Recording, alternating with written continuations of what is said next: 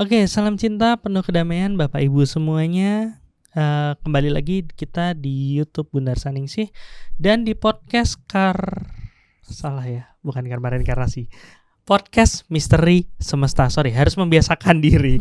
Oke, hari ini kita akan ngomongin lanjutan dari yang kemarin, perjalanan jiwa, yaitu perjalanan jiwa part 2. Tapi kita lihat dulu yang satu ini ya. Semesta ini penuh dengan misteri. Banyak yang mencoba menguak misteri, namun tak bisa karena terbatas ruang dan waktu. Saya, Trasto Mahotama dan Bunda Arsaningsih akan menguak tabir itu dan akhirnya memahami misteri semesta. Iya Bunda, gimana kabarnya Bunda? Baik ya. Oke, kita hari ini kita akan bahas lanjutan dari yang pembahasan yang kemarin. Tapi sebelumnya saya mau ngucapin terima kasih ke Bapak Ibu semua yang udah melakukan proses donasi ya, karena acara ini bisa terselenggara dengan donasi Bapak Ibu semuanya. Kita mulai pembahasannya ya. Oke. Kemarin kita udah ngobrol tentang proses perjalanan jiwa part 1, di mana di situ kita ngomongin tentang kapan jiwa itu mulai masuk ke tubuh, dan tubuh sebagai kendaraan, sebagai jiwa, sarana latihan, sebagai sarana menjalankan misi jiwa. Betul. Oke, tuh terus yang jiwa yang masuk pun nggak random, nggak sesuai nomor urut. Nggak milih-milih, aku pengen bapakku yang kayak gini, aku pengen ibuku yang kayak gini gitu kan. Iya. Pengennya mata biru gitu, atau sejenisnya gitu. Nggak ada milih-milih seperti itu. Iya. Dan itu yang Bunda sudah kita sampaikan kemarin. Betul. Nah, sekarang kita masih fokus dalam proses jiwa itu masuknya seperti apa ya Bunda ya? Iya. Dan bagaimana prosesnya, karena banyak juga pertanyaan ya yang masuk dan kemarin belum sempat kita bahas. Jadi mungkin kali ini kita akan bahas lebih dalam, dan tentu saya juga masih menerima ya pertanyaan dari Bapak Ibu semuanya di rumah. Satu lagi, mungkin tadi sudah ngucapin terima kasih ke teman-teman yang udah support kita dengan proses donasi. Tapi kita juga ngucapin terima kasih ke teman-teman yang udah support kita dengan proses subscribe ya, karena itu satu hal yang penting juga untuk bisa, karena semakin banyak di subscribe, semakin banyak di like, itu akan lebih banyak orang yang akan mendapatkan informasi tentang video-video ini. Nah, ada itu juga bagian juga menanam karma baik untuk banyak orang ya. Ya, ini ada nih, gimana caranya nih? Dulu ada yang bilang kok saya nggak dapat info. Nah, mungkin loncengnya lupa dihidupin ya. Jadi habis subscribe sampingnya ada lonceng, pilih semua. Nanti setiap ada upload dari Bunda Arsaningsih muncul deh. Mungkin ya. Oke, mulai masuk ke pembahasan aja, gimana Bunda? Boleh, silakan. Oke, jadi tadi kita udah tahu kalau misalnya jiwa tuh masuk di usia 7 bulan. Kenapa? Soalnya nunggu kondisi wadahnya, kondisi alatnya ini cukup kuat, cukup bisa survive, baru masuk pun nggak asal, ada aturannya adalah kesejenisan energi, sejenis menarik sejenis. Ya. Kemarin ada yang bertanya nih, mumpung saya ingat, bagaimana dengan kondisi anak-anak yang lahir cacat ya? Nah, itu bagaimana kondisinya, bagaimana hukumnya terjadi dengan proses seperti itu. Jadi mungkin ini bisa kita bahas ya Dr. Rasto, bahwa pada saat kehamilan ya, kalau lihat podcast ini kita jadi paham ya, ternyata proses kehamilan, melahirkan, menjadi seorang ibu bukan suatu yang mudah ya. Ini suatu rencana alam ya, semesta, Tuhan untuk menata proses kehidupan di bumi ini. Nah, ini pun bukan acak ya, rancak apa namanya tadi? Random gitu, ngantre meninggal terus baru, pokoknya sekarang meninggal sekarang lahir, nggak bisa begitu. Semua butuh proses ya. Jadi tidak ada yang belum meninggal kok sudah terlahir di sana, nggak ada lagi. Apalagi yang begitu itu sudah nggak mungkin. Kalau ada yang ngomong begitu, apa pembuktiannya gitu. Apalagi jiwanya satu masuknya ke banyak ke 18 gitu ya. Nah itu bisa juga satu tubuh ada 2 jiwa. Nah kan bingung ya. Jadi tidak seperti itu. Tetap satu tubuh disiapkan untuk satu jiwa. Dan kualitas jiwa yang tertarik masuk pada usia kehamilan itu sesuai setara dengan proses-proses pembayaran karma dengan orang tuanya, ya ibu dan bapaknya ya. Kemudian kenapa sih harus 7 bulan? Ya, 7 bulan itu adalah kondisi yang sempurna, yang bukan sempurna organnya, karena kita akan bicarakan dengan masalah kecacatan tubuh. Tapi dengan proses 7 bulan itu sudah sempurna untuk fisik berkembang dan juga energinya, cakra-cakranya di dalam bayi itu sudah siap. Seandainya dilahirkan itu sudah bisa hidup. Berarti siap tubuh fisik maupun tubuh energinya. Tubuh energi ya mungkin orang bilang taunya cakra, meridian segala macam tuh siap itu juga, udah mulai siap. Juga sudah siap untuk lahir. Bagaimana dengan usia prematur? Nah itu perkecualian karena akhirnya tidak semua yang prematur dapat bertahan hidup ya. Berarti kalau yang mereka bisa bertahan hidup ya jiwa yang spesial ya istilahnya, sebelum 7 bulan sudah tertarik masuk sehingga pada waktu dilahirkan itu bisa bertahan hidup seperti itu. Ya itu tadi pertanyaan yang sangat bagus juga dari Mbak Yuni Kasih yang tadi udah ditampilkan. Ya kalau misalnya di bawah 7 bulan ya balik lagi kuat-kuatan ya. Kalau kuat-kuatan, benar. Kalau jiwanya begitu lahirin ya berarti udah langsung ini lahir sekarang ya, mungkin secara kecocokan energinya sejenisan bisa saja masuk. Dan kalau misalnya memang belum ya lewat nggak survive, nggak bertahap ya. Seperti itu. Dan proses jiwanya ya biasa-biasa aja, sama sih, nggak ada yang spesial. Wah kalau 6 bulan dia ini ya tidak, sama aja. Cuma ya tetap bagaimana proses karmanya itu yang menentukan dari proses ibu bapak dan sang jabang bayi. Berarti kan dari kondisi si jiwa ini, roh dengan kesadaran ini menjadi jiwa itu masuk ke dalam tubuh fisik dan akhirnya menyatu dan terlahirkan. Dari nafas pertama itu sudah ada karma. Sudah, karena mereka sudah membawa dalam rekaman jiwa sebelum terlahir ya. Pada saat itu ada hukum kesejenisan tarik menarik ini yang membuat roh dan jiwa ini, ya jiwa aja ya kita bilang, karena di dalam jiwa itu ada roh gitu ya. Kesadaran murni, ada jiwa yang melengkapi dengan karma baik atau karma buruk yang dia bawa, rekaman jiwa kita sebut. Nah dalam kondisi ini ada yang bertanya kan, bagaimana kenapa anak lahirnya cacat? Ya, bagaimana proses kecacatan itu dibawa? Sebenarnya karena rekaman jiwa yang masuk ini punya rekaman dengan kelemahan di satu tubuh fisiknya atau tubuh energinya. Ya, kecenderungan kelemahan. Jadi disitulah akan timbul sebagai bentuk kecacatan. Walaupun ini kan tadi jiwa itu kan baru masuk di usia 7 bulan. Nah, kalau misalnya proses-proses kecacatannya terbentuk sebelum 7 bulan, biasanya mereka yang terbentuk itu sebelum 7 bulan ya. Kemungkinan kan kondisi ibu hamil yang mungkin tidak siap, dia menolak kehamilannya sehingga nggak mau makan ya, vitamin kurang ya, asupan suplai makanan dari ibu lewat tali pusarnya kurang sehingga janin tidak berkembang baik sampai usia 6 sampai 7 bulan ya.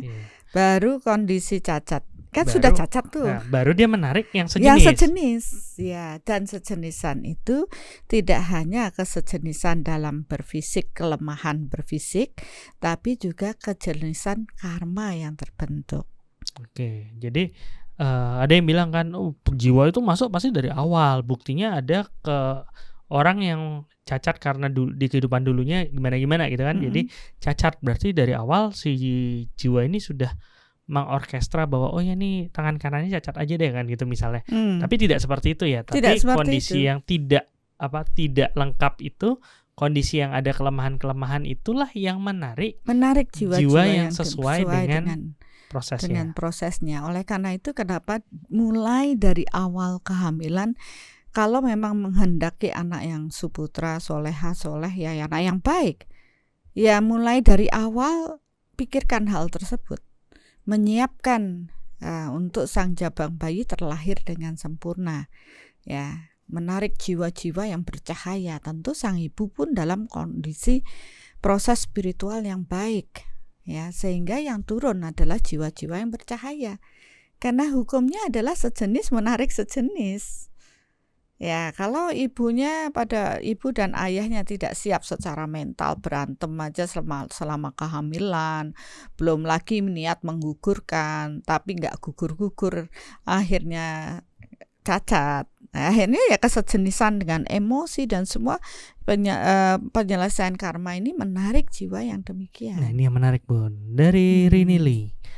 Bunda, kenapa jiwa bisa cacat? Yang cacat kan bukan jiwanya ya? Yang cacat itu tubuh fisiknya. Yang cacat itu tubuh fisiknya. Tapi yang jiwanya tidak, jiwanya mungkin dari proses jiwa ini kan ada rekaman dari kesadaran yang dia lakukan, bertumbuh. Roh ini kan kesadaran yang murni. Ya, di awal penciptaan sebagai manusia, roh itu kesadaran yang murni. Tapi kemudian dengan proses karma ini, akal budi kehendak bebas, dia menentukan rekaman-rekamannya, dan ini melingkupi daripada roh tersebut.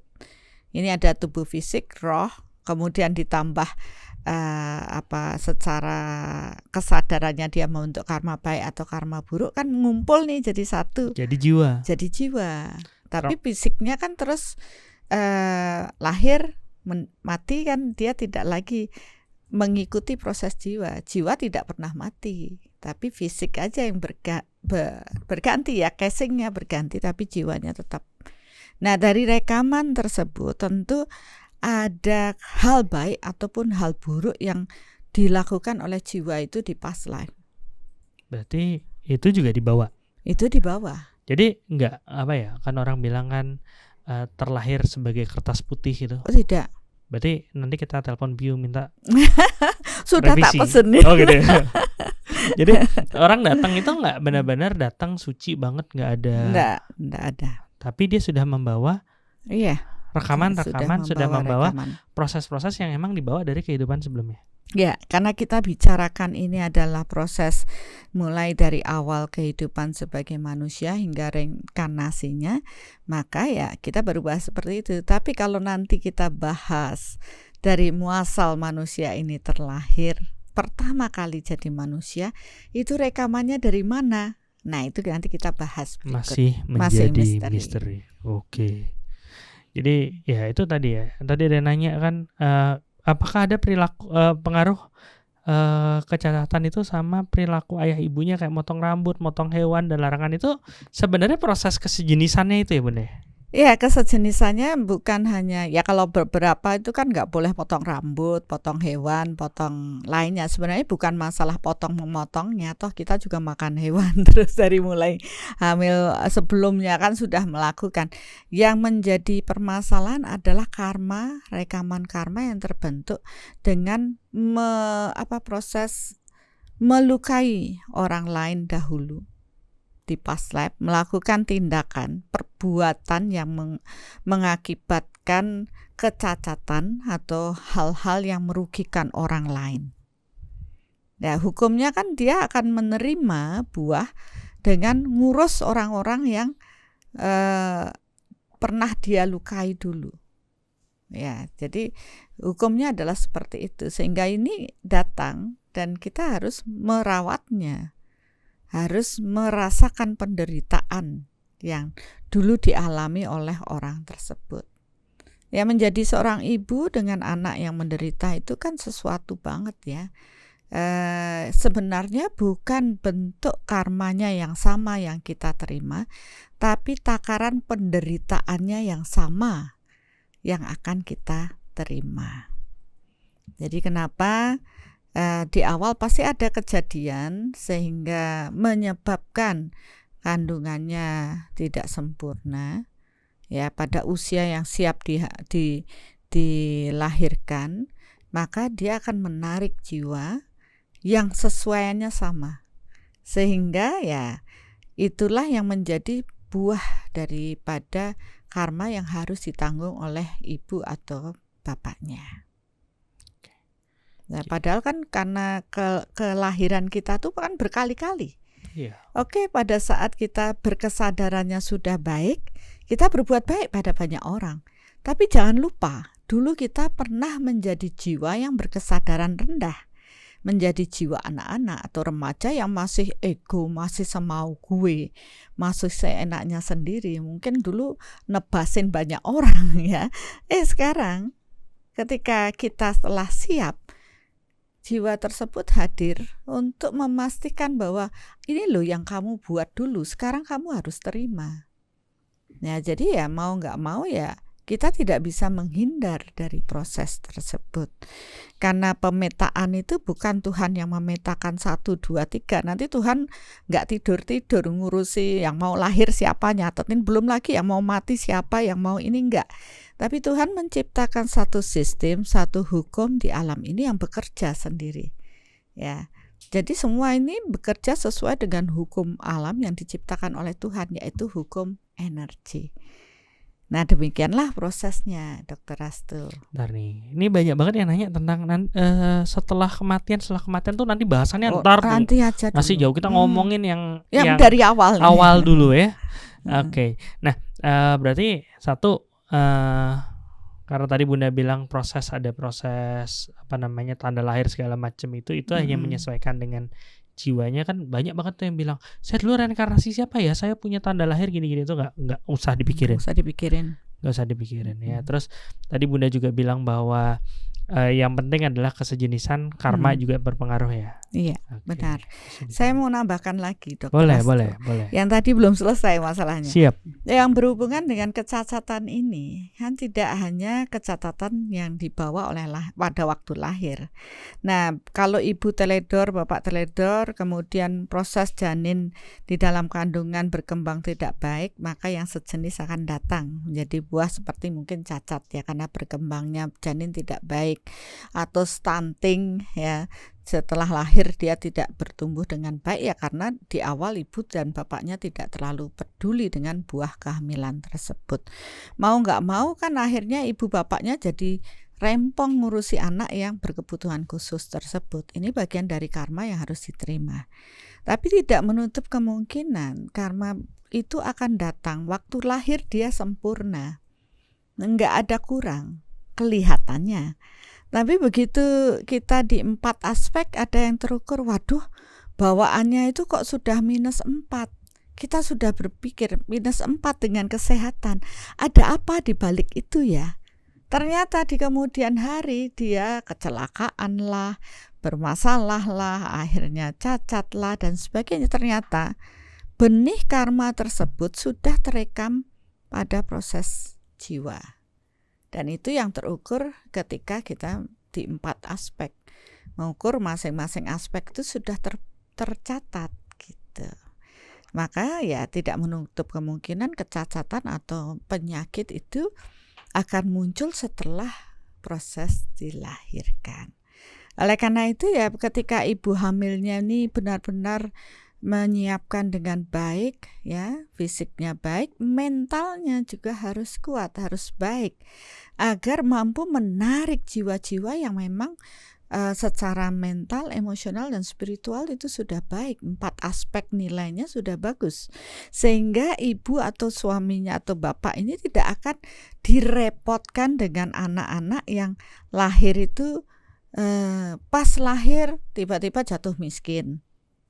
Pernah ya kita bahas ya, lahir terus tiba-tiba jatuh miskin. Oh ternyata sang anak itu membawa nilai kelahiran kemakmurannya tuh -4 atau -5 lah. Maka menjadi karma kelompok bagi lahir di sana, akhirnya karma kemakmuran ibu bapaknya juga turun karma kelompok dengan kemakmuran tersebut. Tapi ada juga, kalau memang saatnya keluarga ini nilai kemakmurannya akan bagus, tiba-tiba dia akan dilahirkan di tahun naga emas gitu, yang semua ribut cari biar hamil, biar punya anak dengan naga emas karena nanti akan mengangkat kemakmuran keluarga. Nah, pada saat itu bapak ibu yang tidak paham dengan naga emas, tiba-tiba istrinya tekdung. Ya, kemudian lahir, ternyata memang benar anak ini meningkatkan kemakmuran yang cukup. Ya, itu bagian karma yang akan diterima. Jadi tidak hanya yang buruk saja yang kita bahas, tapi yang baik-baik ini juga harus dipikirkan. Nah, kenapa yang baik ketarik? Ya karena ibu dan bapaknya baik, maka anaknya yang tertarik pun pada saat kehamilan itu baik gitu. Nah, ada kan bertanya kemarin, gimana ada seorang ibu yang soleha tapi kok anaknya durhaka ya? Nah, kita nggak tahu di balik proses kehamilan tersebut. Mungkin ada karma yang terbesar dengan proses kedurhakaan ini dari past life-nya, di mana pada waktu kehamilan itu mungkin dia menyimpan dendam, marah dan sebagainya, kan tidak terlihat. Walaupun kesehariannya terlihat sebagai orang yang soleha. Ya, di dalam batin inilah yang menentukan kualitas apakah jiwa yang akan ditarik. Jadi proses persiapannya itu, tadi ada nanya, bisa nggak sih seorang ibu tuh atau seorang keluarga ini mengatur ya, benar, gini jiwa kan, yang kualitas jiwa seperti apa yang datang, sebenarnya bisa. Ini kan bagian dari Tuhan setelah memberikan manusia akal budi dan kehendak bebas untuk menentukan jalan hidupnya. Kalau saya ingin punya anak nanti, ya saya bersyukur sih kalau sekarang yang mendengar pembelajaran ini adalah para remaja yang mau siap dengan perkawinan, kemudian mempunyai anak. Tolong disimak dengan baik dan tentukan kualitas yang terbaik untuk keluarga kalian. Jadi keluarga berencana nggak cuman ngerencanain jumlah anaknya aja. Jumlah anak, tapi kualitas anak itu juga harus diperhatikan. Ya, jadi ya banyak keluhan, banyak orang mengeluh pada saya begini-begini, ya kita tinggal lihat, waktu hamilnya begini-begini, pantas lah. Ya, itu bagian dari karma yang harus diterima. Coba kalau dulu mau mendengarkan nasihat ibu. Begitu juga kalau kita mau dulu mendengarkan dan tidak egois maunya sendiri, mau berendah hati menerima masukan, kemudian mau bertoleransi dengan pasangan, menyiapkan secara mental kuat, saling mendukung, ibunya ikhlas hamil, bapaknya siaga, kan harus seperti itu ya Dokter Hasto. Sudah belum kira-kira Dokter Hasto? Nah, nggak tahu juga sih. Diukurnya gimana gitu ya? Kalau nggak tak jewer.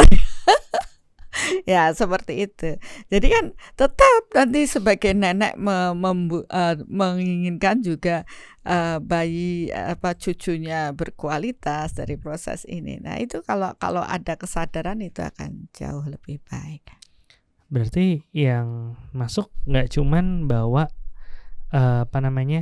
bawa karma juga sama keluarga juga, nggak cuman bawa kesamaan secara energi aja, tapi kesamaan karma. Dan kalau yang tadi Bunda bilang secara 4 aspek tuh apa ya maksudnya, secara bawaan dia 4 aspek gitu. Bawaan ya, ini kan saya bagikan di langkah awal mengenal jati diri di 4 aspek, bahwa manusia terlahir itu ada 4, dibagi, saya nggak mau rempong, bagi 4 aja aspek: kesehatan, hubungan, kemakmuran, dan spiritual, dan masing-masing punya nilai ya, apa yang dibawa dari past life. Makanya saya nggak mau saya nggak terlalu fokus jawabin orang ini saya reinkarnasi siapa dulu, saya nggak saya pikirin itu.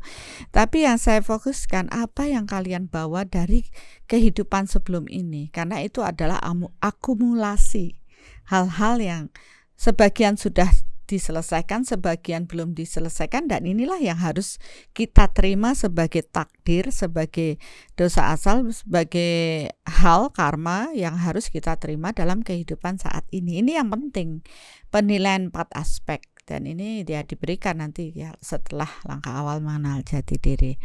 Nah, setelah 4 aspek ini kan juga menjadi suatu pertimbangan untuk membentuk keluarga yang baik. Kalau kita memahami, waduh, anak saya ini baru lahir bawa aspek kesehatan yang negatifnya banyak, walaupun sekarang lahir sempurna, berarti benih karma di dalam di tubuhnya itu kecenderungannya membawa banyak energi berpenyakit yang belum terselesaikan. Kecenderungan ini, benih karma itu apabila itu mewujud, maka muncullah sakit. Jadi sebelumnya ya kenapa tidak kita bersihkan benih-benih karma tersebut dengan perbuatan baik yang lebih banyak. Setiap anak itu perlakuannya berbeda gitu. Begitu dia menyelesaikan, ya kita sebagai orang tua mempunyai kewajiban ya membantu, karena dulu kita yang menyengsarakan mereka kan gitu. Hutang karma ini harus terselesaikan. Nah, tadi saya lihat di situ ya, apakah itu harus dari terah leluhur? Baru mau nanya. Aduh. Enak kalau Bunda sama Bunda enaknya kayak gini nih Bapak Ibu. Jadi kita tinggal mikirin aja, aku mau nanya ini, mau nanya ini. Berarti telepati. Bukan cuma telegram ya. Telegram, padahal di telegram. Ya, apa sih pertanyaan? Tadi hanya Bunda izin bertanya, apakah jiwa yang kita lahirkan adalah reinkarnasi dari terah leluhur gitu? Iya, itu pandangan yang ya saya sih tidak menyalahkan ya apabila sebagian orang masih berpikir searah itu, karena itulah logika yang baru dia dapatkan atau pengetahuan yang baru dia dapatkan. Ya, tapi kalau kita mau memperluas realita, kita pahami bahwa jiwa itu bebas, bukan hanya dari terah leluhur itu saja yang turun. Ya, bahkan saya dapatin, oh ini jiwa ini bukan dari terah leluhurnya, tapi dari Prancis ya, pernah saya lihat. Oh, dari Prancis nih. Nggak taunya bener ya, dia fasih banget ngomong bahasa Prancis. Ya kok kayaknya homi banget di Prancis. Tahu-taunya ya memang jiwanya dulu dari sana datang ke Indonesia, impor. Ada yang jadi Inggris. Loh, kok Bunda anak saya nggak bisa bahasa Indonesia? Nah, saya mikir ini lahir jebrol, mamanya itu langsung ngowek yang ngomongnya bahasa Indonesia, tapi anaknya nggak bisa ngomong bahasa Indonesia. Baru setelah dipahami, oh dia itu sebelum ke Indonesia itu ya dari Inggris sana, saking jatuh cintanya sama orang Indonesia dia lahir dengan proses ini ya. Jadi jiwa itu bisa dari mana-mana, jadi nggak usah sibuk nyari dari terah mana, itu proses kita menghormati saja leluhur yang ada dalam DNA tubuh kita, dalam darah kita memberikan penghormatan dengan proses itu. Tapi bukan berarti mereka yang dari leluhur dari terah laki-laki saja yang boleh lahir, tidak. Nah, terus yang terah perempuan terus gimana ceritanya? Padahal kalau dirunut tidak ada hubungannya satu sama lain, tapi yang ada adalah kesesuaian dalam proses karma di past life. Oke. Tadi udah tuh ngomongin masalah kesesuaian karma. Ini ada yang menarik nih. Biasanya kalau misalnya punya anak segala macam, itu kan yang paling pertama dipikirin itu kan dia ini jenis kelamin gitu. Banyak banget yang pengen kan seperti itu. Ada hubungannya nggak sih, Bunda, apa yang menentukan jiwa yang terlahir kembali dengan jenis kelamin laki-laki atau perempuan? Kalau secara medis kan laki-laki sama perempuan atau perempuan itu ditentukan pada saat awal pembelahannya, langsung secara kromosomnya. Oh nih XX atau XY kan seperti itu. Nah, kalau di sini secara jiwa ini ada yang menentukan nggak sih? Atau ya memang kayak tadi kesejenisan aja atau gimana? Iya. Jiwa itu tidak laki dan tidak perempuan ya, dia bisa jadi laki, dia bisa secara berfisik setelah dilahirkan itu bisa laki, bisa perempuan ya. Padahal jiwanya tidak berjenis kelamin. Jadi di sini banyak sekali kita lihat kecenderungan bahwa ini cewek tapi tomboy banget gitu. Ya, seperti saya mengalami sendiri seperti itu. Jadi pada waktu masih kecil saya tomboy banget. Kemudian masih remaja saya suka, ya pokoknya yang kelaki-lakian banget. Tapi begitu saya menyadari, oh iya ternyata dalam proses hidup ini saya harus menerima diri saya sebagai perempuan. Nah, setelah saya review melihat dari proses past life dulu, ternyata saya lebih banyak terlahir sebagai laki-laki. Jadi masih kecenderungannya seperti itu. Ternyata saya harus mempunyai peran di kehidupan saat ini sebagai perempuan, karena belajar dari sisi yang belum pernah saya pinter di sisi itu, sebagai hal-hal yang perlu dipelajari. Dipelajari. Jadi kalau kita sudah cukup, maka kita tidak akan terlahir dengan proses itu. Seperti saya, mungkin kecenderungan saya banyak sekali lahir sebagai laki-laki, dan saya rasa saya tidak banyak lagi yang saya pelajari, karena pekerjaan laki-laki bisa saya kerjakan, tapi ternyata menata diri sebagai perempuan ini perlu berlatih. Ya, jiwa diberi kesempatan terlahir sebagai perempuan ini perlu berlatih, merasakan melahirkan. Makanya saya belajar melahirkan sampai punya anak 4. Kayak merasakan, oh jadi ibu tuh begini ya. Dulu saya sebagai laki-laki semaunya, kan orang saya nggak melahirkan. Tapi sekarang saya menyadari, oh ini perlu dipelajari. Ternyata seperti itu prosesnya. Berarti gitu. Kalau ada orang yang bilang tubuh fisik ini sebagai sarana latihan akan sesuatu yang harus dilatih. Iya, benar. Gak salah itu, benar. Gak salah, benar. Bahkan tidak hanya latihan sebagai laki-laki atau perempuan. Kita di sini itu kan berlatih pendewasaan jiwa ya. Ini pendewasaan jiwa dengan tubuh fisiknya. Di proses karakter pun kita bertumbuh, memperhalus dari budi pekerti kita. Kemudian dari sisi keahlian skill pun kita juga memperdalam apa yang pernah. Jadi itu ada potensi, ada kompetensi. Ya, potensi dibawa dari proses past life kecenderungannya. Nah, sekarang kita berlatih lagi lebih dalam lagi. Rekaman di proses past life, kalau kita lanjutkan sebagai misi jiwa ini, tentu kita tidak lagi kebingungan karena role jalannya sudah terpetakan. Tapi kalau manusia ini terlalu banyak ngide, pengen ini, pengen itu, saya ingin begini, ingin begitu, kayak Doraemon. Ya akhirnya nggak selesai lahir di dunia ini, karena bisanya cuma saumprit, nggak ada yang expert di situ. Ya, jadi lebih baik ya kita mengikuti dari pemetaan proses masa lalu dengan kebenaran Tuhan ini, kita menyempurnakan dari apa yang dulu pernah kita lakukan yang belum sempurna. By the way, ada yang muncul nih Bunda, ada yang nongol tiba-tiba. Bersyukur ketemu Bunda dan Sul, jadi paham tentang jiwa, kenapa anak saya lahir nggak bisa bahasa Indonesia. Ada juga ya. Bersyukur sekarang udah mulai paham bahasa Indonesia meskipun belum maksimal memori. Ya nggak bisa, kenapa? Karena nggak pernah latihan di sebelumnya. Iya, karena latihannya nggak banyak. Skill yang baru dipelajari sekarang gitu aja. Makanya dia kan perlu waktu beradaptasi, mempelajari. Maaf ya Sandra, saya gunakan contoh, tapi itu real. Istilahnya saya tidak asal jeplak saja berbicara berdasarkan dasar, memang itu ada terjadi. Jadi nggak pakai mengarang. Ini ada yang lucu juga nih Bunda.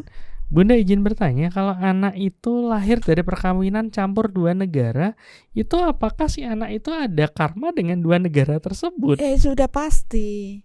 Berutang di 2 negara gitu. Iya benar, pasti ada memorinya. Bayangin manusia tuh lahir berapa kali sih reinkarnasi?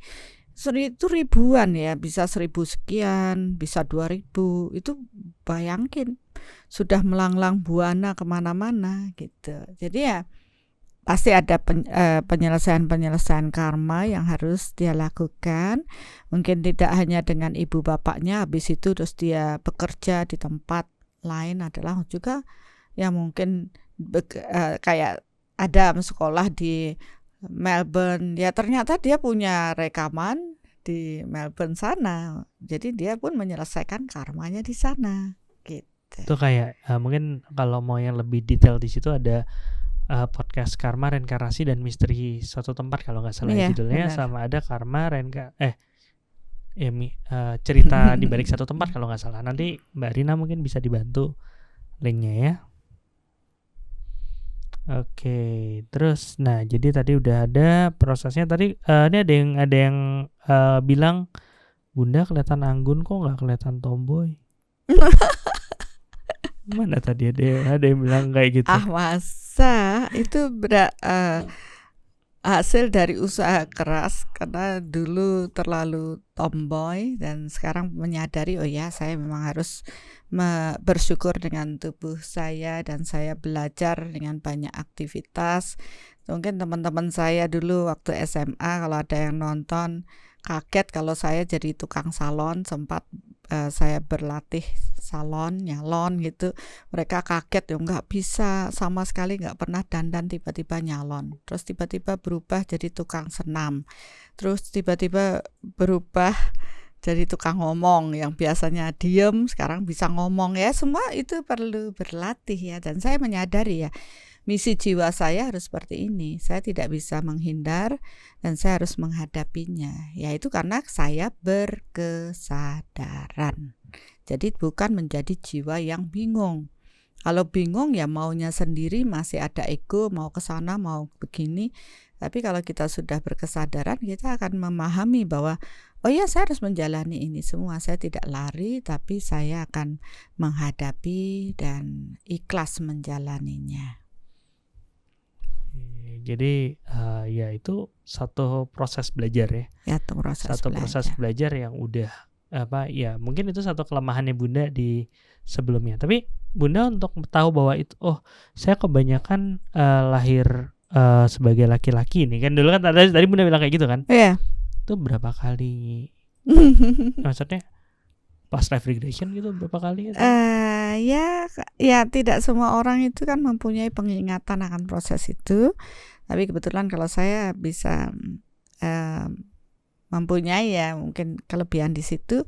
Tapi dulu saya masih menyaksikan dengan apa yang saya dapatkan secara intuisi. Tapi setelah saya mendapat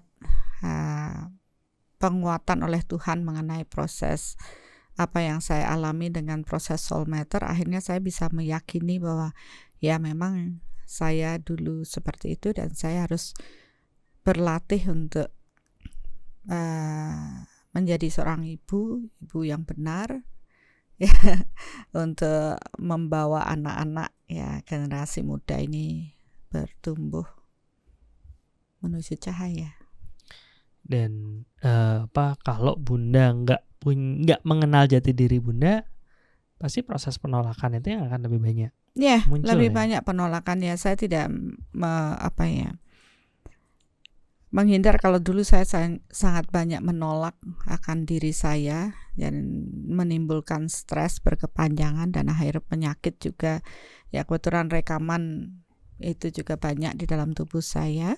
Maka saya belajar dari diri saya, apa sih yang dibawa oleh jiwa ini? Ternyata banyak sekali benih karma yang dibawa. Jadi saya mulai mengamati dan tahu, seorang anak itu membawa benih karma yang dibawanya, entah itu baik dan buruk, yang akan dapat terukur ya dengan kecenderungan mereka.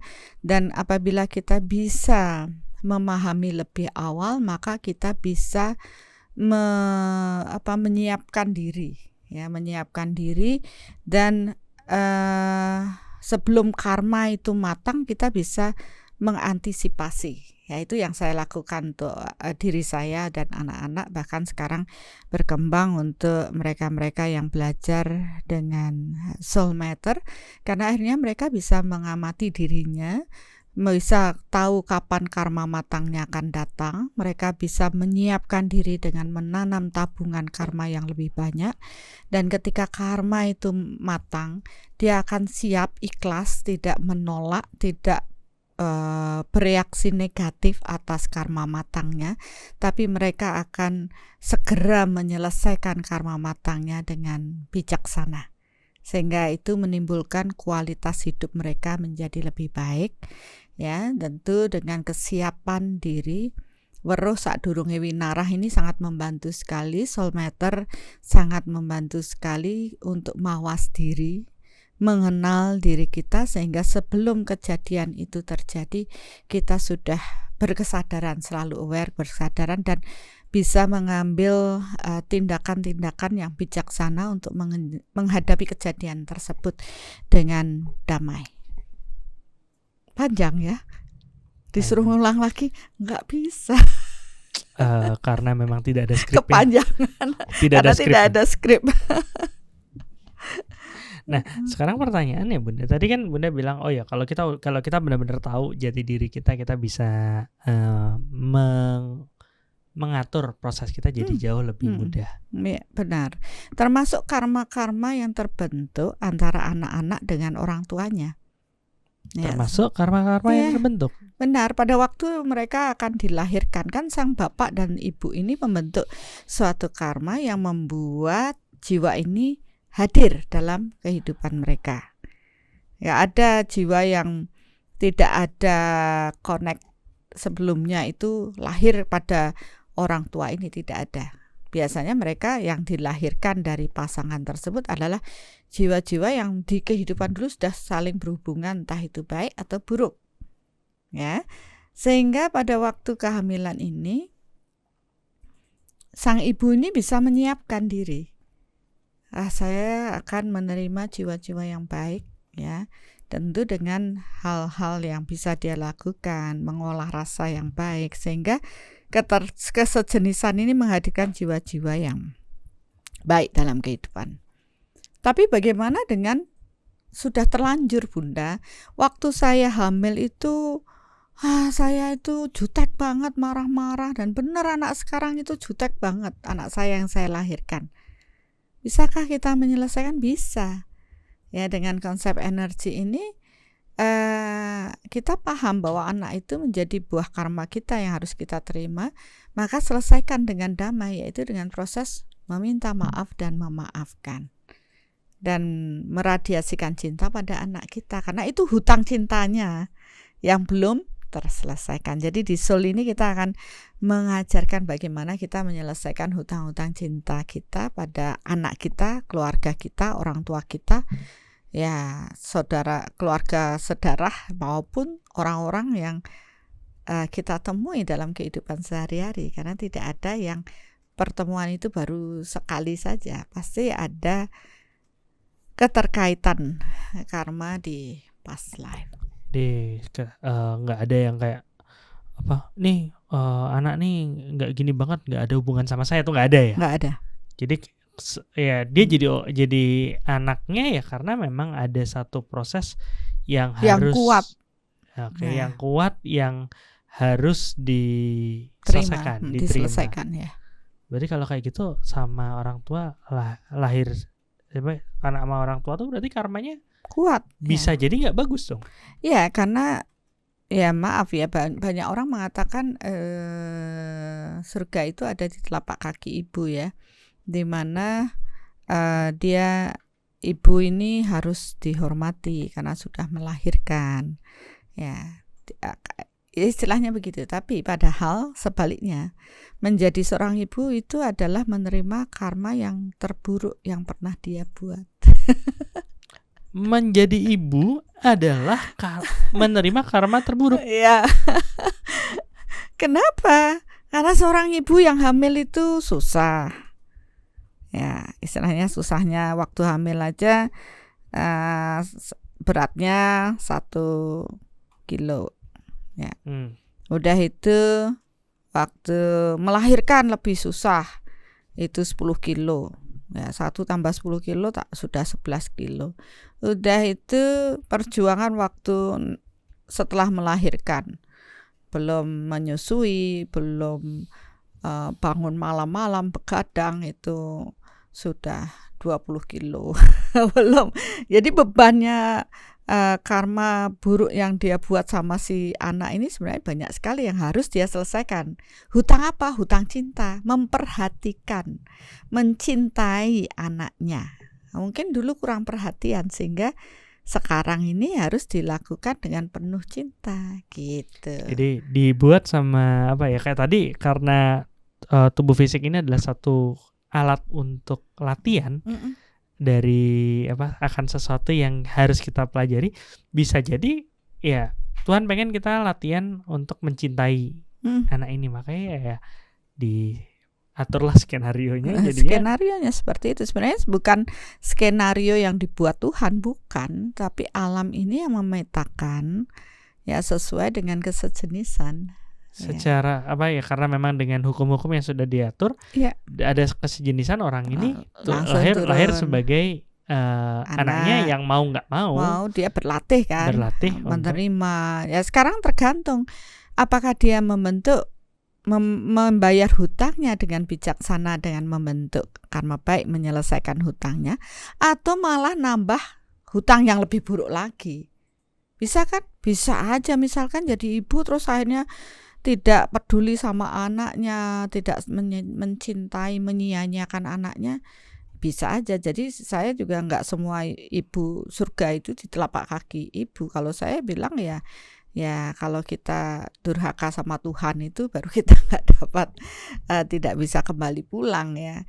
Nah, kalau syukur ketemu ibu kita yang baik ya mungkin memang bisa dikatakan demikian. Nah, kalau ibu ini tidak bagus sama anaknya ya bisa-bisa besok lahir lagi, ketemu lagi walaupun tidak terus menjadi ibu dan anak. Ya, seperti itu. Nah, tapi ini ada yang menarik, Bun.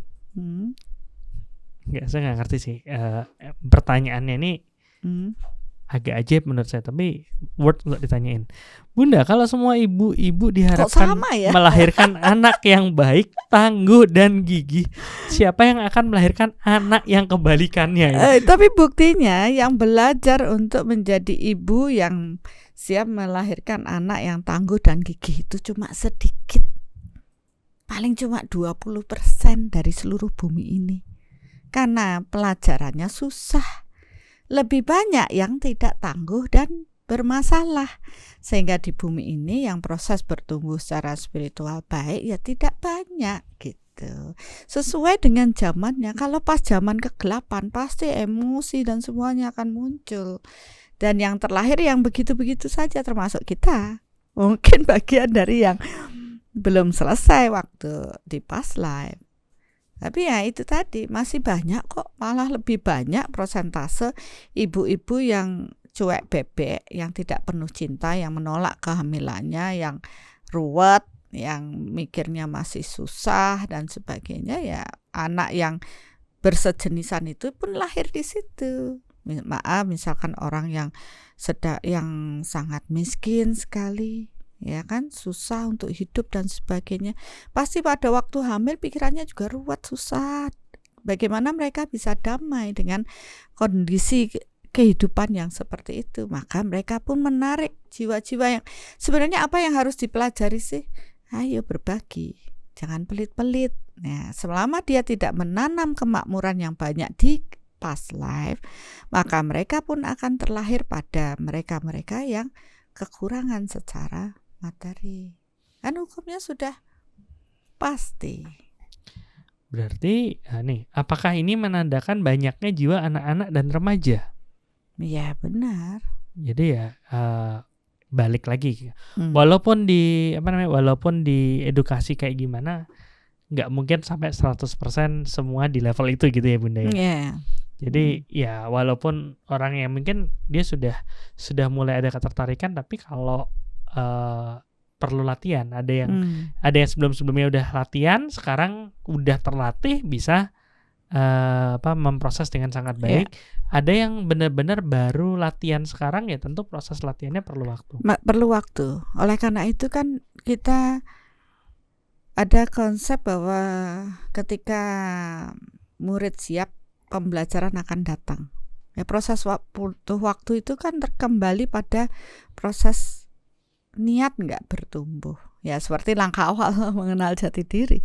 Nah, kalau dia niat bertumbuh ya dia akan diangkat pada pembelajaran yang lebih dalam lagi. Tapi kalau tidak membiarkan egonya bertumbuh ya udah begitu-begitu aja. Makanya kenapa ada sampai ribuan kali lahir? Kenapa? Karena mereka malas bertumbuh. Mereka masih memuaskan egonya, kemelekatannya, dan banyak hal. Itu yang kemarin tak bilang, di perjalanan jiwanya dia bukannya fokus ngelangkah ke depan tapi malah mandek sama kudapan ya, malah mandek sama ngurusi misi perut aja. Ngurusi hal-hal yang bukan misi jiwa utamanya gitu. Benar. Seperti itu. Nah, terus kan pertanyaan kalau memang kita sudah mulai nyadar, oh ya, aku punya misi jiwa nih, punya proses perjalanan jiwa yang harus dilanjutkan terus untuk belajar dan terus belajar, harus mulai memperbaiki kan gitu. Nah, proses memperbaiki itu kan salah satunya dengan proses mengenali diri itu ya Bunda. Iya, benar.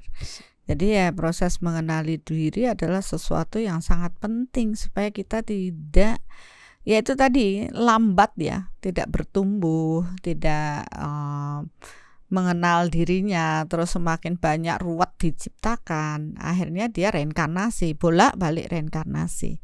Nah, bagi mereka yang mengenali diri ya tentu mereka akan cepat menyatu dengan kekuatan Tuhan, sadar bahwa oh iya saya harus kembali pulang. Nah, ini yang masih bingung-bingung ini perlu diedukasi kan gitu.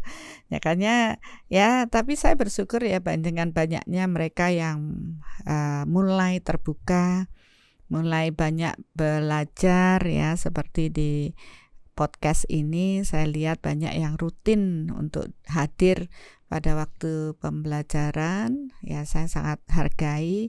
Tapi saya juga melihat banyak juga di waktu senggang mereka membuka podcast ini, saya juga sangat bersyukur. Bahkan ada yang ngajakin temennya, ayo nonton dong.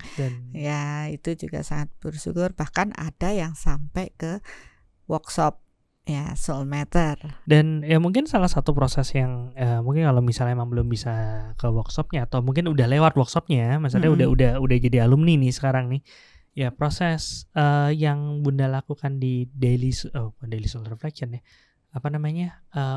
online soul reflection itu OSR tuh yang live tiap Rebu itu juga sesuatu hal yang yang sangat membantu ya sebenarnya. Sangat membantu ya. Bahkan ini ada satu sharing temen nih, nanti kita nonton sama-sama sharingnya. Dia cerita gitu, awalnya dia nyari, dia ngerasa oh ya emang sekarang banyak banget orang yang promote proses meditasi gitu.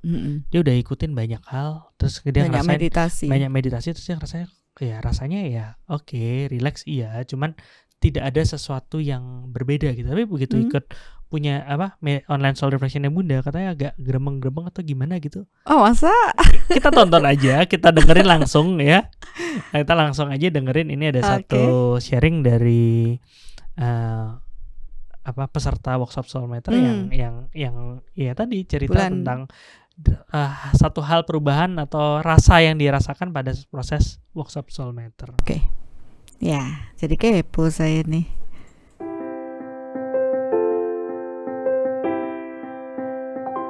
Nama saya Olivia Alfriana dari Jakarta. Sebenarnya aku memang orangnya suka belajar sih. Jadi kayaknya penasaran nih. Soalnya aku juga dulu suka yoga, suka meditasi gitu loh. Suka suka banyak nih ya di sosial media sekarang. Ayo meditasi online, mat berbareng gitu-gitu kan. Cuman kok kalau sama yang lain gitu kayak apa sih rasanya, kok nggak kerasa apa-apa ya gitu. Cuman memang tenang, maksudnya kita memang kalau misalnya bermeditasi kan memang ada ruang dan waktu untuk berpikir gitu. Cuman kayak kok efeknya nggak gimana gitu. Tapi pas pertama kali dikenalin sama Ibu Feni, ayo kita meditasi sama Bunda gitu. Terus kayak oh kok kerasa, kok lebih tenang, kok suka ada geremet-geremet, geter-geter gitu-gitu sih paling. Terus jadi kayak bikin mood lebih enak, lebih happy gitu. Terus akhirnya sebenarnya so far dari yang diberikan itu memang kita memang sih intinya kita harus belajar sabar, lebih legowo, berserah gitu kan ya.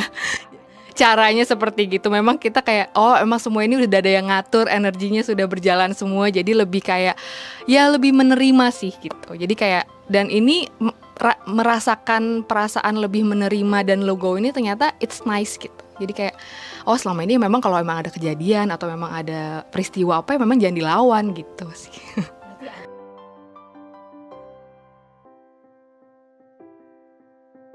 Dapatlah bocoran-bocoran gitu ya. Jadi kayak habis workshop biasanya kita daily meditation nih Olive gitu. Jadi kayak harus gini. Pertama kali memang harus ya gitu. Tapi ternyata pas dikasih tahu alasannya itu kenapa ada energi yang negatif mungkin dan harus sering dibersih-bersih gitu. Jadi kayak saya sih dari pas ini niat ya sama suami saya. Niat ya pokoknya nanti kita daily meditation every day gitu. Jangan sampai miss gitu. Jadi kayak lebih pengen menjaga lebih bersih dulu dari dalam baru deh kita sambil belajar buat SM-nya gitu, mengukur. Aplikasinya mungkin kayak kira-kira sama bos saya gimana ya, masih ada karma nggak, kalau nggak lebih enak gitu. Mungkin selama ini memang kalau soal pekerjaan saya alhamdulillah dapetnya memang bosnya yang selalu enak. Cuman kan tetap kita masih tetap berhubungan, masih ada ini saya salah nggak gitu, kayak ini bener atau nggak, paling kayak gitu sih diaplikasikan.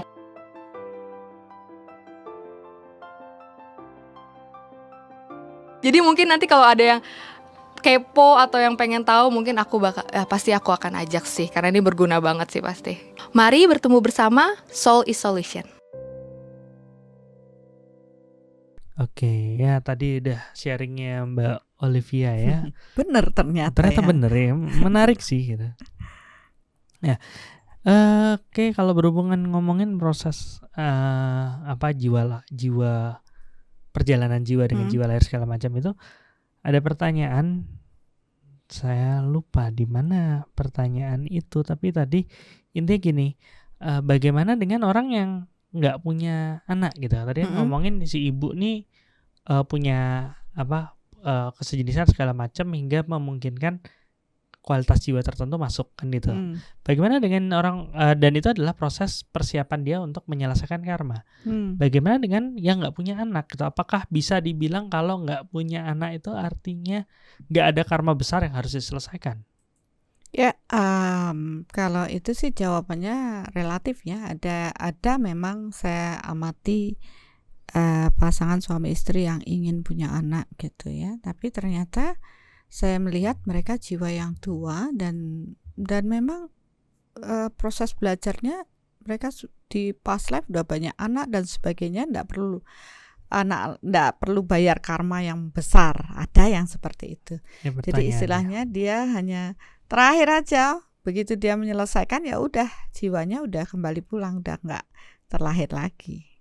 Tapi ada juga yang kelihatannya saat ini tidak punya anak, ya sudah berupaya ke sana ke sini, tapi ternyata mereka ada di kehidupan saat ini tuh program negatif yang menghambat karena tidak suka ya. Ada kan yang tidak suka kalau punya anak, punya keturunan, biar tidak punya keturunan, itu ada juga karena ulah manusia sakti yang pingin seperti itu. Ada yang kayak gitu? Banyak. Okay.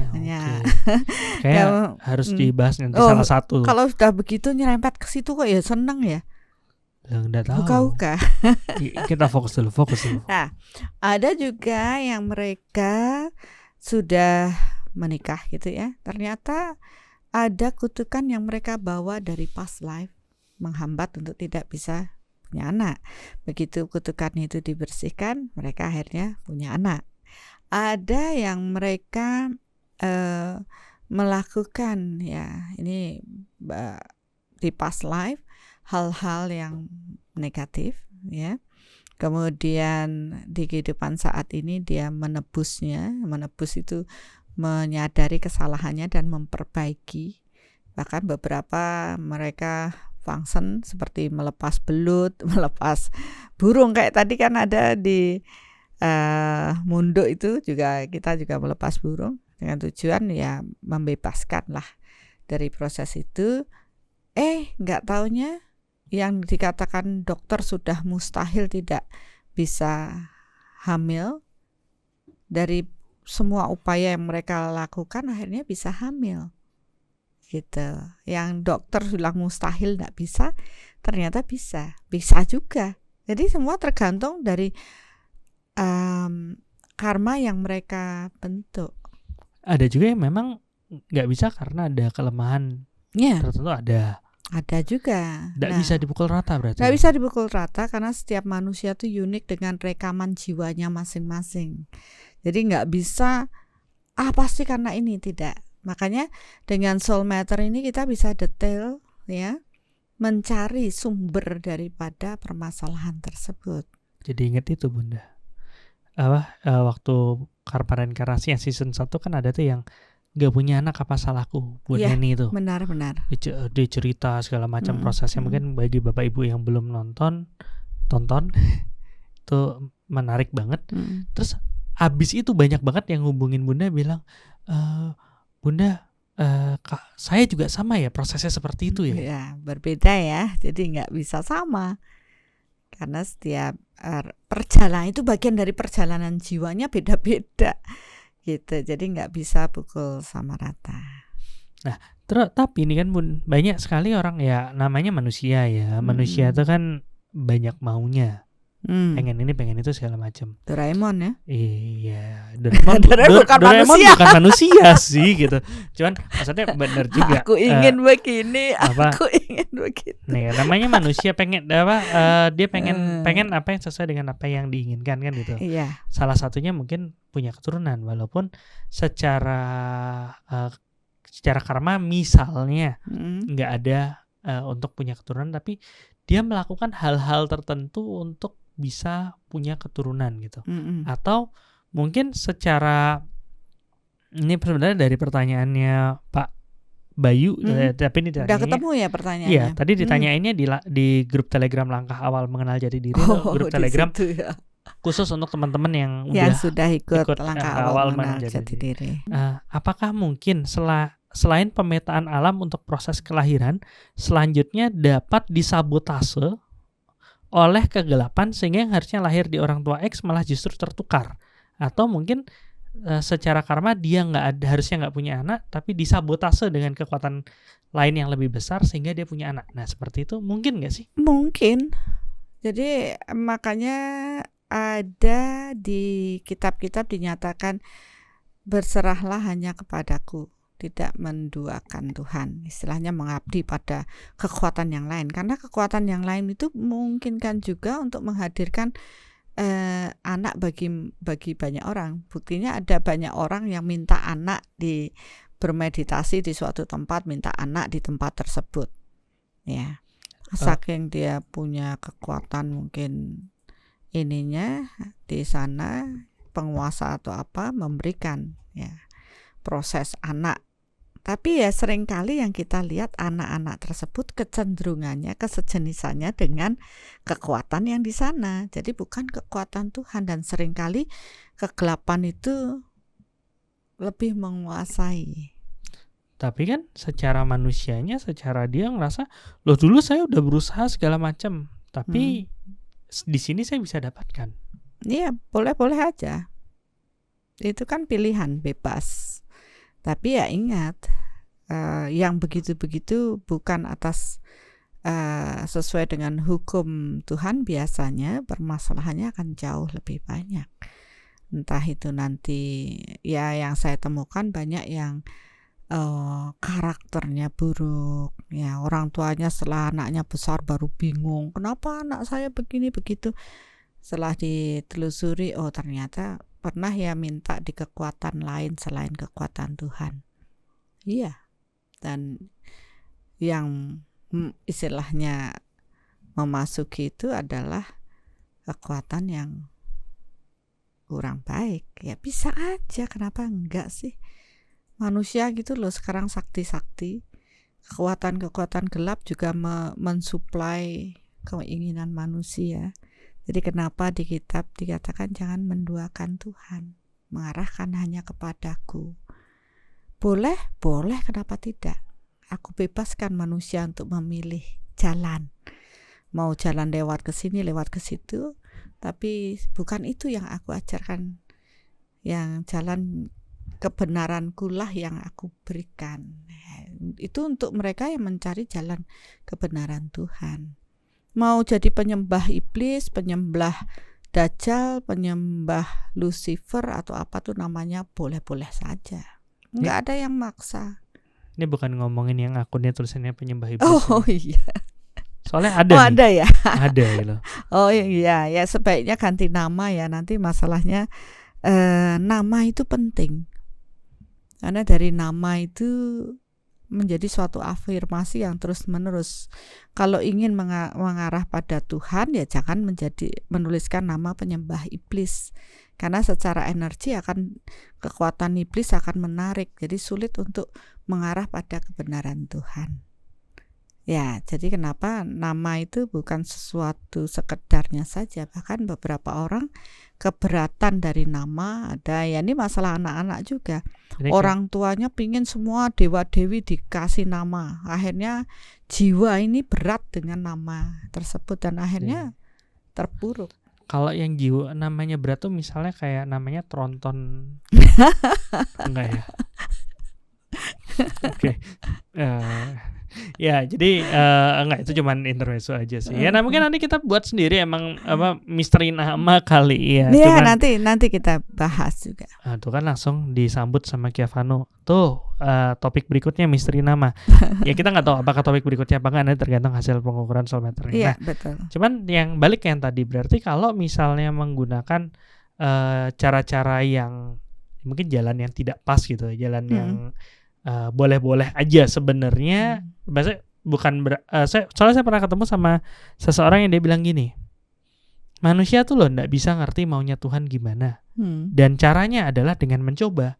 Kalau jadi berarti itu maunya Tuhan. Saya pernah ketemu sama orang yang dia ngomong kayak gitu. Ya itu kan kata dia, boleh percaya boleh enggak. Kalau dia menyesatkan, siapa yang mau jamin? Ya ikuti aja katanya.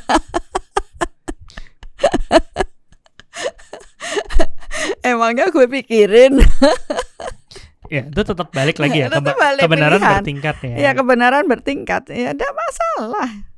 Tapi bagi mereka yang berkesadaran tentu akan memilah dan belajar untuk menjadi lebih bijaksana dalam memilih. Ya bahkan seorang yang bijaksana untuk bisa memilih itu adalah seseorang yang luar biasa. Bukan orang biasa gitu, luar biasa. Tapi kalau pilihannya benar. Ya. Cuman caranya tahu pilihannya benar apa enggak gimana? Belajar soul meter. Kalau diuji sabar aja masih emosi, gimana mau tahu kebenaran Tuhan?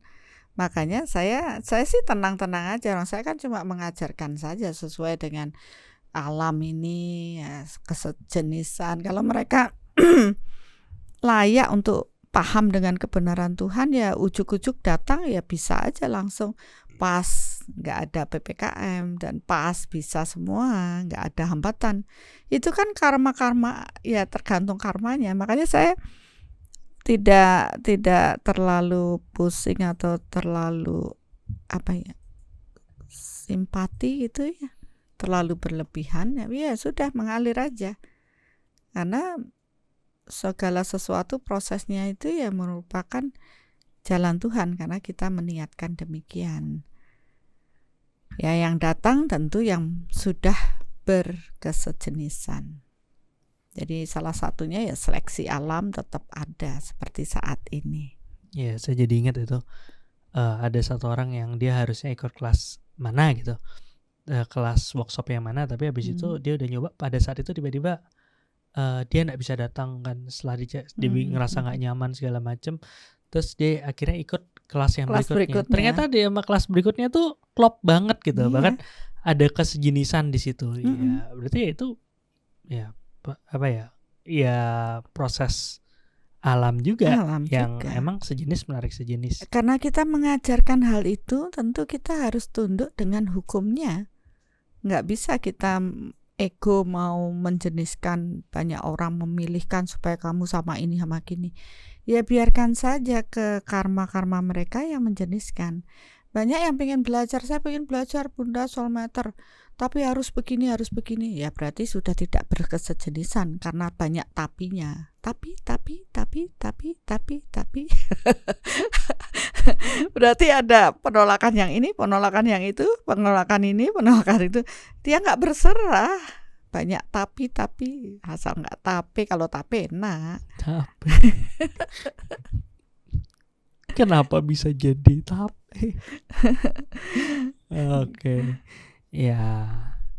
Waduh, ini baru bilang selamat malam Bunda, Malaysia hadir. Waduh, terima kasih. Di Indonesia lagi Malaysia. PPKM darurat. Di Malaysia gimana ya? Iya, ya mudah-mudahan di sana baik-baik saja. Oke, balik lagi. Jadi tadi ngomongin tentang sabotase segala macam itu. Nah, kalau yang tadi dibilang sama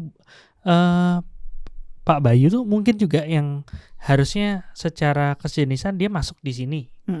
Tapi karena ada intervensi jadi nggak jadi masuk, itu mungkin. Mungkin. Atau masuknya ke tempat lain, salah alamat. Kalau salah alamat nggak mungkin. Salah alamat nggak mungkin, tapi kalau terhambat untuk masuk, ada sabotase, dia nggak jadi masuk ke sini, ya dia masih nunggu. Kalau ada kesejenisan lagi, ya bisa siapa tahu hamil berikutnya ya dia masuk. Tapi kalau enggak ya dia nunggu juga. Dan dia punya mungkin ada kesejenisan di tempat lain, ya dia masuk ke situ. Jadi kesejenisan itu enggak benar-benar cuman satu hanya hal. Satu. Maksudnya, si jiwa ini cuman bisa lahir dari ini, enggak gitu ya? Enggak. Karena apa? Banyaknya benih-benih karma yang dibawa oleh jiwa.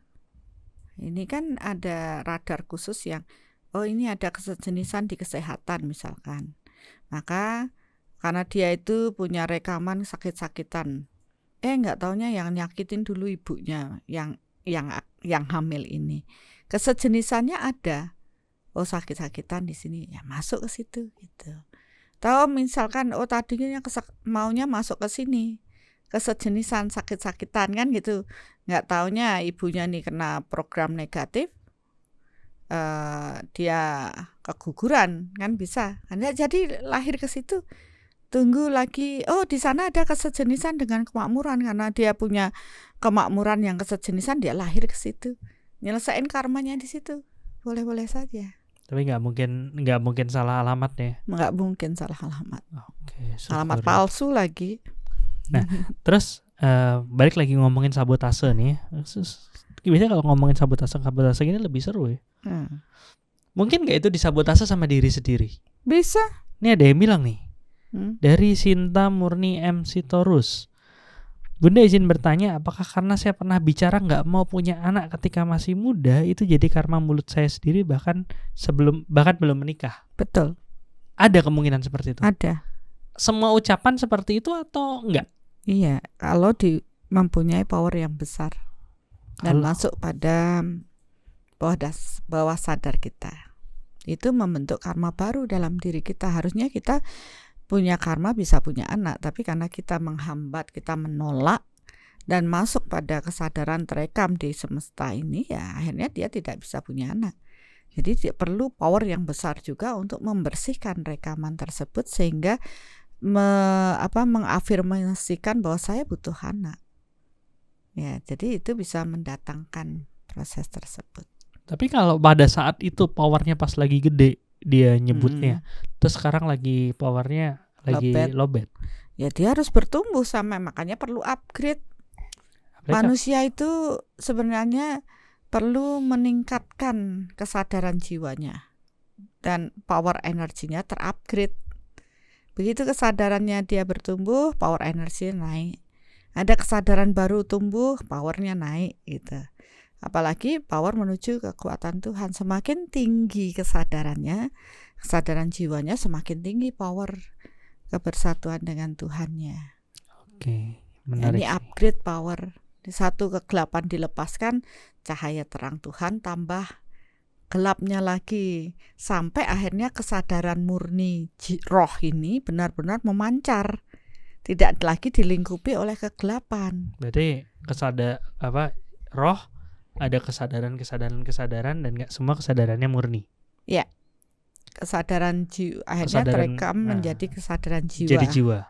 Yang murni ada di tengah. Yang tengah nih kesadaran murni, di sini kesadaran Ditutupi kesadaran dengan kegelapan kesadaran yang butek. dihasilkan. Ya butek, kesadaran tidak murni. abu-abu, Abu-abu. gelap. Nah, terus Tergantung. Nah, pada Ya. saat perjalanan jiwa ada dua kemungkinan. Dia lahir sudah bawa kesadaran rekaman jiwa itu. Terus ada dua kemungkinan. Satu, ditambahi butek apa tambah gelap atau tambah terang. tambah terang. Nanti makin lama kan tujuan pembelajaran jiwa itu kan dari butek dulu, karena mulai dari jiwa anak-anak, remaja, pasti dia belum kesadarannya belum banyak mengarah pada kebenaran Tuhan. Masih semau gue, karma buruknya masih banyak, masih kegelapannya masih banyak. Begitu ada kesadaran numbuh sampai jiwa dewasa, dia mulai melepas kegelapan, mulai belajar, sampai jiwa tua mulai lebih banyak lagi terlepaskan. Upgrade terus cahayanya di dalam diri sampai kesadaran murni ini bercahaya terang. Gak ada lagi istilahnya kegelapan di dalam dirinya. Barulah kesejenisan, sejenis menarik sejenis, secitra dengan Tuhan. Akhirnya dia bisa kembali pulang. Itu aja pelajarannya. Tapi melakukannya reinkarnasi gak selesai. Apalagi pada saat kita lupa gitu ya, nggak naikin ilmu kita, nggak nuntut ilmu kita, banyak kan nanti salah mikir ya, akhirnya malah tambah. Jangan salah, kan mungkin di kehidupan dulu kita sudah sampai yang tingkatan kesadaran jiwa yang tinggi, terus tiba-tiba kesombongan dan ego kita itu meningkat, akhirnya terjadi kejatuhan spiritual. Naik lagi pelan-pelan, butuh waktu lagi, menghabiskan waktu yang panjang. Ini ada yang nanya, power bisa naik turun dalam sekejap, bisa. Ya? Proses tadi yang Bunda bilang ya? Itu namanya kejatuhan spiritual. Itu untuk bangkit lagi ya perlu kesadaran lagi. Oke ya, dan mengenal diri lagi. Ya, mengenal diri lagi. Mengenal diri pelan-pelan seperti itu ya. Oke sih. Sebenarnya bahasan hari ini seperti udah cukup dah. Sudah banyak sekali. Apot deh. Ya, ini sudah di luar dari apa yang saya buat. apa yang kita mau berikan, tapi ya begitulah mungkin jalan Tuhan ya. Mungkin Bapak Ibu, karena kita paham ya, ketika orang membutuhkan pasti ya itu tadi, ketika murid siap pembelajaran akan datang. Bagi logika kita mungkin kebutuhan kita bahas yang ini aja, tapi begitu banyak yang menonton itu membutuhkan pembelajaran yang lebih tinggi dan mereka siap, maka bisa-bisa aja pada saat kita membicarakan hal ini itu terbahaskan, terselesaikan, mengalir begitu saja. Karena kita kan hanya sebagai saluran saja. Dan Tuhan akan memberikan juga jawaban-jawaban yang membuat kita memahami. Kenapa bisa terjadi begitu? Karena Bapak Ibu juga meniatkan untuk bertumbuh. Ya, saya udah merinding nih. Bahaya kalau diterusin lagi. Ya, terima kasih buat Bapak Ibu yang sudah meniatkan untuk bertumbuh. Mari bertumbuh bersama. Tarbun. Kok belum ya? Sebenarnya udah mau nutup, cuman ada satu komen yang agak menggelitik dan mungkin ya nggak tahu sih, saya tanyain aja. Mudah-mudahan nanti Bunda jawabnya. Ada dari Gusti Antok. Mohon maaf ya kalau salah sebut nama ya. Benar ya Bunda, dulu anak saya sering sakit, akhirnya saya sering minta kepada Tuhan untuk pindahin penyakitnya. Setelah sekian tahun saya harus menerima karma itu sakit-sakitan. Bisa gitu toh? Bisa juga. Mau mindahin ya, karena permintaannya dipindahkan. Ya bisa aja afirmasinya dia, sakitnya dipindahkan. Banyak orang tua mengatakan, aduh Tuhan kasihan anak saya, biarkan saya yang merasakan sakitnya pada saat itu. Tapi kan dalam proses tidak seketika itu prosesnya terjadi. Mungkin seperti tadi bapaknya tadi, begitu lama apa yang dirasakan anak ini dirasakan oleh bapaknya, dan akhirnya bapaknya sakit-sakitan. Bisa aja, padahal dia tidak punya benih karma tersebut.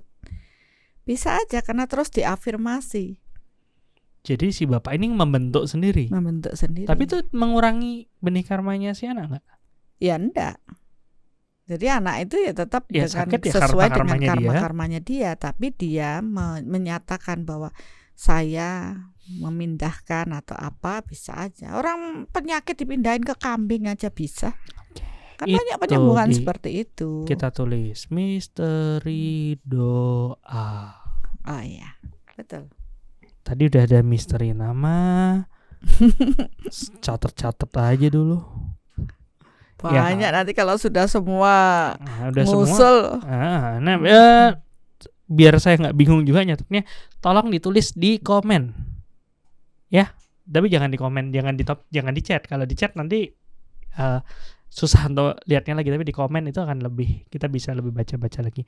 Mungkin itu sih Bunda ya untuk proses hari ini. Kita udah dapat banyak banget pemahaman tentang kesejenisan energi antara jiwa sama tubuhnya yang ternyata berhubungan sama kesejenisan orang-orang di sekitarnya. Betul. Kesejenisan sama keluarganya, kesejenisan sama Karma kelompok. karma kelompoknya, sama wilayah tempat dilahirkan. Nah, kan dari itu nggak ada hubungan sama harus dari terah mana itu enggak. Nggak ada.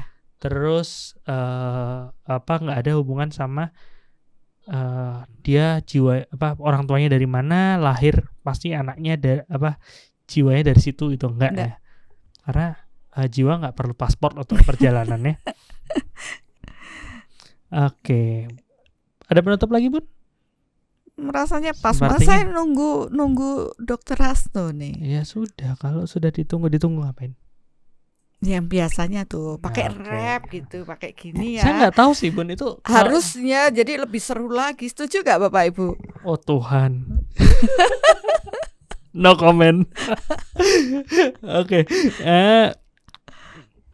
Saya buta beat, buta nada ya masalahnya. Oke. Mungkin bisa dibantu ya, soalnya nggak hafal juga. Oke, ini tadi yang udah sempat saya tulis, mungkin cocok sama apa yang dibahas sekarang. Jiwa perlu raga untuk berlaga, tertatih berlatih gunakan raga. Menunggu waktu tepat terjaga, pahami gimana hapus dahaga. Ya. Cocok ya. Berbagai ilmu lintas peradaban di bawah jiwa, coba dipahami badan. Benar. Modal besar hadapi banyak cobaan yang terbentuk dari banyak percobaan. Ya coba-coba tadi. Dia sendiri yang nyoba-nyoba. Iya, Tapi untuk anak aja coba-coba, apalagi untuk dirinya. nggak ada endorse. Next. Berbagai bekal yang kekal, yang nyata tak bisa disangkal, agak sulit masuk dalam akal bila ajian diri masih dangkal. Betul. Maka penuhi diri dengan ilmu pengetahuan. Nggak bisa hanya nurut. Ya. Ilmu tetap harus dituntut. Benar. Hingga paham semua runut. Ya, jangan loncat-loncat ya malah bingung. Hingga tak lagi cari ribut. Betul. Akhir yang mendamaikan. Ya. Terima kasih Bapak Ibu Ya, semuanya. terima kasih semuanya yang sudah mau belajar. Ya, dan jangan lupa mungkin bisa di-share ke teman-temannya, siapa tahu, dan like jangan lupa. Kalau like-nya banyak biasanya didistribusiin lebih bagus, dan nanti akan ada di podcast juga. Maksudnya yang audio only. Oke. Oke, ya. Mungkin itu aja. Terima kasih untuk malam hari ini Bapak Ibu. Mari bertumbuh bertumbuh bersama. Acara ini dipersembahkan oleh